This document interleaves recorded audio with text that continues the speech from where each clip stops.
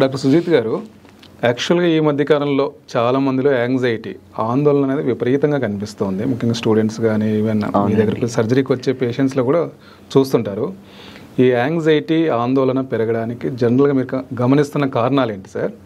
And ఎట్లా దీన్ని మీరు కౌన్సిల్ చేస్తారు? మందులు వాడాలా వద్దా? మంచి క్వశ్చన్ అడిగారండి. నేను దీనికి I just give a correlation. ఇప్పుడు ఆ పెద్ద అమ్మాయి స్టడీయింగ్ అన్నారు ఇంటర్మీడియట్. ఇప్పుడు నిన్నే వచ్చి చెప్తుంది, పాప ఈ నీట్ ఎగ్జామ్ రాసే బ్యాచ్ అందరూ కూడా దే ఆర్ ఆన్ మెడిసిన్, వాళ్ళందరూ కౌన్సిలింగ్ తీసుకుంటున్నారు. ఎందుకు పాప మరి ఇంత why did anxiety increase this much అని చెప్పేసి. సో బేసిక్గా ఏంటంటే పిల్లలు కూడా అర్థం చేసుకోవాల్సింది, స్టడీ అన్నది కూడా it is part of their life, it is not complete life. So ఎప్పుడైతే వీళ్ళు చదివే మొత్తం ప్రపంచం అని అనుకుంటున్నారో వీళ్ళు స్ట్రెస్కి లోన్ అయ్యే ఛాన్సెస్ ఎక్కువ అవుతున్నాయి. సో ఇప్పుడు స్టడీస్ ఏం చెప్తున్నాయి, ఇప్పుడు ఒక brain can process around 80,000 thoughts in 1 day. 80,000 థాట్లు ప్రాసెస్ చేసుకోగలుగుతుంది. కానీ మరి మనం అన్నీ ఆలోచిస్తున్నామా? మనం కాన్షియస్గా ఆలోచించే థాట్స్ ఎన్ని? లెక్క పెట్టి తిప్పి కొడితే 50 కూడా ఉండవు. 50 చాలా మందికి 5-6 కూడా ఉండవు కదా. మరి ఇన్ని 80,000 థాట్స్ ఎట్లా వస్తున్నాయి? సో ఇప్పుడు స్టడీస్ ఏం చెప్తున్నాయి అంటే, ఈ ఆలోచించే 5 నుంచి 10-15 తీక్షణంగా ఆలోచించే ఆలోచనలు ఏవైతే ఉంటాయో వీటి రిలేటెడ్ ఫ్రీక్వెన్సీ థాట్సే రావడం చూస్తాం. ఇప్పుడు సిమిలర్గా ఎగ్జాంపుల్ చెప్తాను. ఇప్పుడు రేడియోలో ఒక ఛానల్ వింటా ఉంటే ఆ ఛానల్లో అది మాత్రమే వింటాం మనం. We cannot tune in to some other frequency at the same time. So వీళ్ళు ఏం చెప్తున్నారంటే థాట్కి కూడా ఒక ఫ్రీక్వెన్సీ ఉంటుంది. సో మనం కాన్షియస్గా ఆలోచించే ఆ 10-15 థాట్స్ ఏవైతే ఉంటాయో అవన్నీ ఒకవేళ టెన్షన్ థాట్సే అయితే మనకు వచ్చే 80,000 థాట్స్ అన్నీ కూడా టెన్షన్ థాట్స్ రిలేటెడ్ ఫ్రీక్వెన్సీవే ఉండే ఛాన్సెస్ ఉంటాయి. సో అందుకని ఏం చెప్తాం పిల్లలకు కూడా, we keep telling them study అన్నది it is only part of your life. ఎంతసేపు చదవాలో దానికి కేటాయించండి. 24 గంటలలో నేను చదువు కేటాయించే టైం ఇంత, నేను ఆటకు కేటాయించే టైం ఇంత, అమ్మ నాన్నలతో ఉండేది, ఫ్రెండ్స్తోని పర్సనల్ టైం అన్నది ఉండాలి. ఇవన్నీ వాళ్ళకి కౌన్సిల్ చేయడం జరుగుతుంది. బేసిక్గా వాళ్ళకి చెప్తాం అన్నట్టు బేసిక్. సో ఇది ఎప్పుడైతే ఫాలో అవుతారో వాళ్ళ ఒత్తిడి అనేది తగ్గుతుంది. ఇప్పుడు చాలా మంది పిల్లలు, ఇప్పుడు మొన్న ఈ మధ్యలో ఒక పాప వచ్చింది, అమ్మాయి చెప్తుంది, సార్ నాకు 300 మార్కుల క్వశ్చన్లు ఉంటాయని పేపర్ ఉంటుందంట, అమ్మాయికి 100 మార్కులు వస్తే చాలా ఎక్కువ అంటది దాంట్లో. అండ్ ఆ అమ్మాయి చెప్తుంది, నేను రాత్రి 12 దాకా కూర్చొని చదువుతున్నాను సార్, కానీ నాకు అది అంటే నా రిజల్ట్స్లో ఎటువంటి తేడా లేదు, కానీ మీరు చెప్పిన తర్వాత నేను తొందరగా పడుకోవడం మొదలుపెట్టాను, ఎర్లీగా లేస్తున్నాను, అండ్ ఐఎమ్ ప్రిపేరింగ్, నాకు తేడా కనబడుతుంది, ఫస్ట్ టైం నా స్కోర్ 100 దాటింది, నన్ను అందరూ దే ఆర్ అంటే అప్రిషియేటింగ్ మీ అని చెప్పేసి. సో ఇక్కడ మన ఆలోచన విధానంలో మార్పు రావాలి. సో ఒత్తిడి పెరగడానికి మెయిన్ రీజన్ ఏంటి? You need to have a change of mind also. So కంటిన్యూస్గా ఒకటే దాంట్లో మనం మునిగిపోతే ఈ స్ట్రెస్ ఎక్కువ అవడం చూస్తున్నాం. అండ్ ఇంకోటి, ఇప్పుడు సర్జరీకి యాజ్ ఎ సర్జన్ నా దగ్గరికి వచ్చే వాళ్ళందరూ సర్జరీ అన్నది it is a stressful thing. Anxiety ఎక్కువ ఉంటుంది, ఆపరేషన్ అనగానే కంగారు పడిపోతూ ఉంటారు. సో ఇక్కడ వీళ్ళకి అర్థం కావాల్సింది, సర్జరీ అన్నది హెల్ప్ చేస్తుంది. సో యాంగ్జైటీ నిజంగా ఫీల్ అవ్వాల్సిన అవసరం లేదు, అవేర్నెస్ ఇంక్రీజ్ చేసుకోవాలి. ఇవన్నీ ఈ భాగంగా మేము వీళ్ళని కౌన్సిల్ చేయడం జరుగుతూ ఉంటుంది. ఇదే కాకుండా ఇప్పుడు వచ్చిన చాలామంది కడుపు నొప్పులతో వస్తున్నారు కదా, అందరికీ కూడా స్ట్రెస్ ఇండ్యూస్ గ్యాస్ట్రైటిస్ అనే ఎంటిటీ ఉండడం చూస్తున్నాం. సో బేసిక్గా వీళ్ళందరినీ నేను అడిగినప్పుడు వీళ్ళ లైఫ్ స్టైల్ పిచ్చిగా ఉంటుంది. సో వీళ్ళ లైఫ్ స్టైల్ని ఫస్ట్ సెట్ చేస్తున్నాం, ఆహార పద్ధతుల్ని మారుస్తున్నాం, ఏం తింటున్నారు, ఎంత తింటున్నారు, వీటన్ని చేంజ్ చేయడం జరుగుతుంది. దీంతో పాటు సెడెంటరీ లైఫ్ స్టైల్ ఉందా, ఆ సెడెంటరీ లైఫ్ స్టైల్ నుంచి బయటికి తీసుకొచ్చి వీళ్ళని ఫిజికల్ యాక్టివిటీ ఒకటి యాడ్ చేస్తున్నాం. వీళ్ళ స్లీప్ క్వాలిటీ ఎట్లా ఉంది చూస్తున్నాం. ఆ స్లీప్లో కూడా మళ్ళీ లేట్గా తిని పడుకుంటే ఆ డిఫరెంట్ ఫేసెస్ ఆఫ్ స్లీప్ అనేవి డిస్టర్బ్ అయిపోవడం ఉంటున్నాయి. కాబట్టి వాటన్నిటిని సెట్ చేయడానికి వీళ్ళని ఎడ్యుకేట్ చేస్తున్నాం. అండ్ ఇదే కాకుండా యాంగ్జైటీ పెరగడానికి ఇంకొక రీజన్, ఎంతసేపు వాళ్ళు వర్క్, ఇప్పుడు పిల్లలు తీసుకుంటే స్టడీ కదా, ఇప్పుడు ప్రొఫెషనల్స్ తీసుకుంటే వాళ్ళు ఎంతసేపు వర్క్నే లైఫ్ అనుకుంటున్నారు, వాళ్ళకి వేరే లైఫ్ ఉండట్లేదు. ఇప్పుడు ఈ మధ్యలో ఒక పెద్ద ఆవిడతో మాట్లాడారు, 58 years, ఆవిడ బ్యాంక్ ఎంప్లాయీ అంట. ఆవిడ పొద్దున వెళ్తుంది, 8కి 7:30కి ఇంట్లోంచి వెళ్ళిపోతుంది ఆమె. ఆ ట్రాఫిక్లో అన్నీ పోయి ఆమె బ్యాంక్ ఓపెన్ అయ్యే టైంకి ఆమె అక్కడ ఉంటారు. రాత్రి ఎప్పటిదాకా పని చేస్తారండి అంటే, సార్ నాకు అన్ని పనులు అయ్యేసరికి 9 అవుతుంది, దాని తర్వాత కానీ నేను తినలేను, మొత్తం నా పొట్ట డిస్టర్బ్ అయిపోయింది, లాస్ట్ 15 ఏళ్ళ నుంచి ఇదే నడుస్తూ ఉంది అని చెప్పేసి. సో మనం ఇక్కడ ఈవిడ చేసిన తప్పేంటి, ఆవిడ మొత్తం జీవితాన్ని అంకితం ఇచ్చేసింది ఆమె జాబ్కి. సో ఆమె పర్సనల్ టైం అన్నది ఆమెకు లేదు. సో ఇంకోటి నేను నార్మల్గా చెప్తా ఉంటా, పని ఎక్కువ అవుతుంది, ఒత్తిడి ఎక్కువ అవుతుంది అన్నప్పుడు టేక్ ఏ డే ఆఫ్ అని చెప్తాం మనం. టేక్ ఏ డే ఆఫ్ అనగానే వీళ్ళందరూ ఏం చేస్తున్నారు, మళ్ళీ ఈరోజు రెస్ట్ తీసుకోమన్నారు డాక్టర్ గారు, నేను ఇంట్లో టీవీ ముందర కూర్చుంటాను, నేను తింటాను, ఓన్లీ టీవీ చూసి రిలాక్స్ అవుతా. రిలాక్సేషన్ అక్కడ కావాల్సిన రెస్ట్ మీ బ్రెయిన్కి కావాలి. ఒత్తిడి బ్రెయిన్ మీద ఎక్కువ అవుతుంది.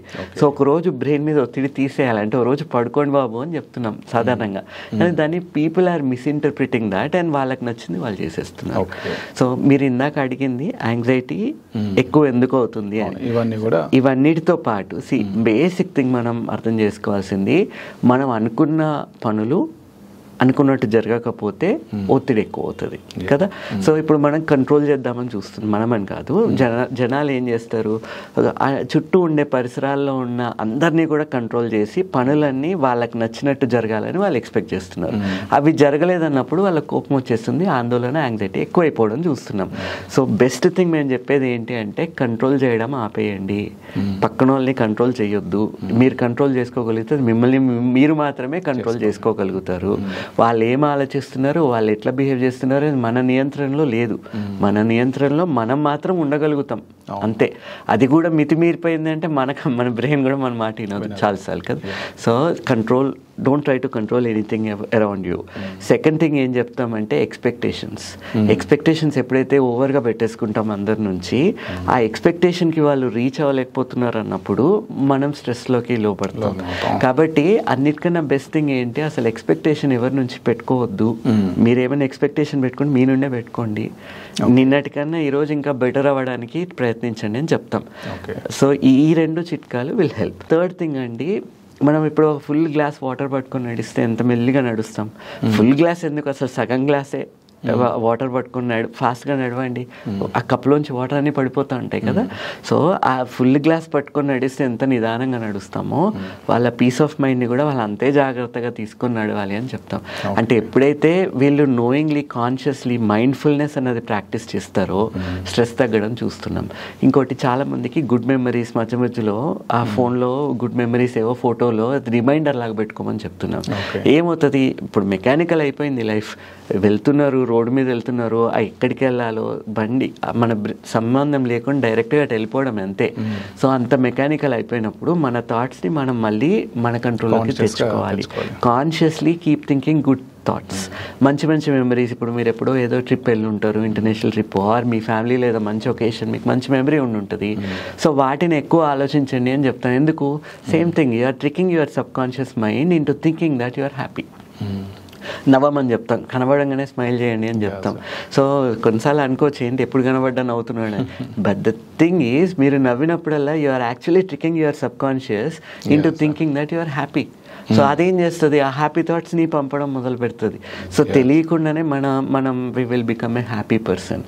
ఇప్పుడు నేను చెప్తున్నానండి, 100 మంది నా ఓపీలోకి వచ్చే పేషెంట్స్ని చూసుకుంటే 80 మంది టెన్షన్ పార్టీసే, ఒక 20 మంది మాత్రం కొంచెం అంటే చెప్తే ఈజీగా అర్థం చేసుకొని చేంజ్ అయ్యేటట్టున్నారు.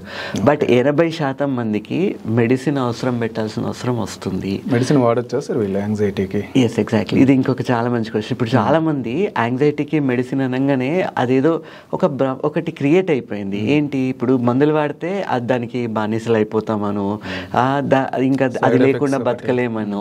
అండ్ వీళ్ళు ఎంతసేపు ఏం ఆలోచిస్తారంటే మేము బాగానే ఉన్నాం, వీళ్ళు ఎక్సెప్ట్ చేయడానికి రెడీగా లేరు that they are having some issue.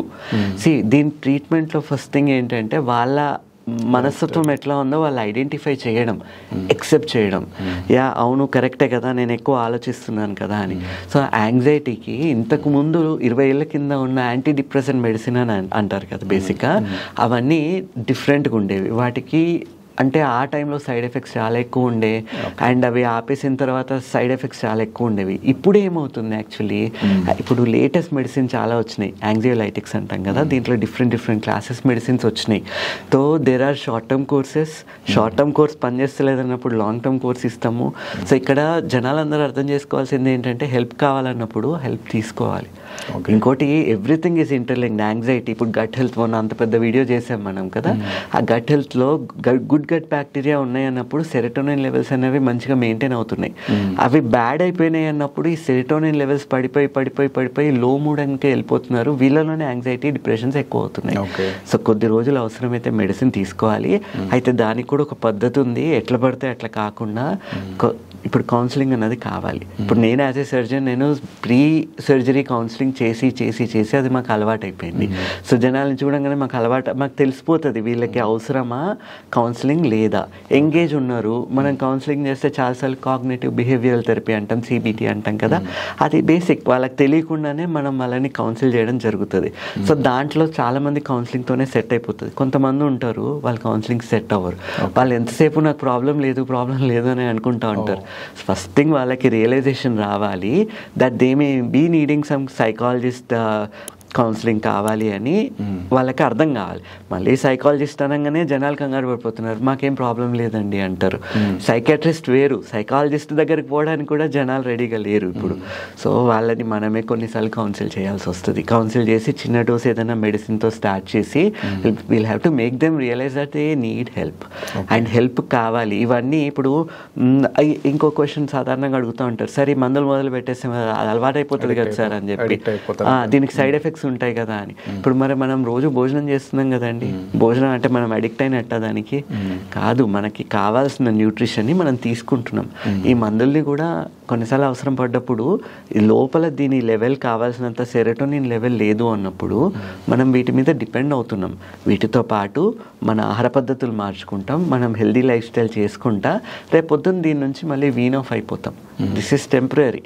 అయితే ఏ స్టేజ్లో ఉన్నారన్న దాన్ని బట్టి 1 month కోర్స్ ఇవ్వాలా, 15 day కోర్స్ ఇవ్వాలా, 10 day కోర్స్ ఇవ్వాలా, లేదా వీళ్ళకి 6 to 8 months 1 year కోర్స్ ఇవ్వాలా అన్నది డిసైడ్ చేయడం జరుగుతుంది. థ్యాంక్ యూ డాక్టర్ గారు. థ్యాంక్ యూ అండి.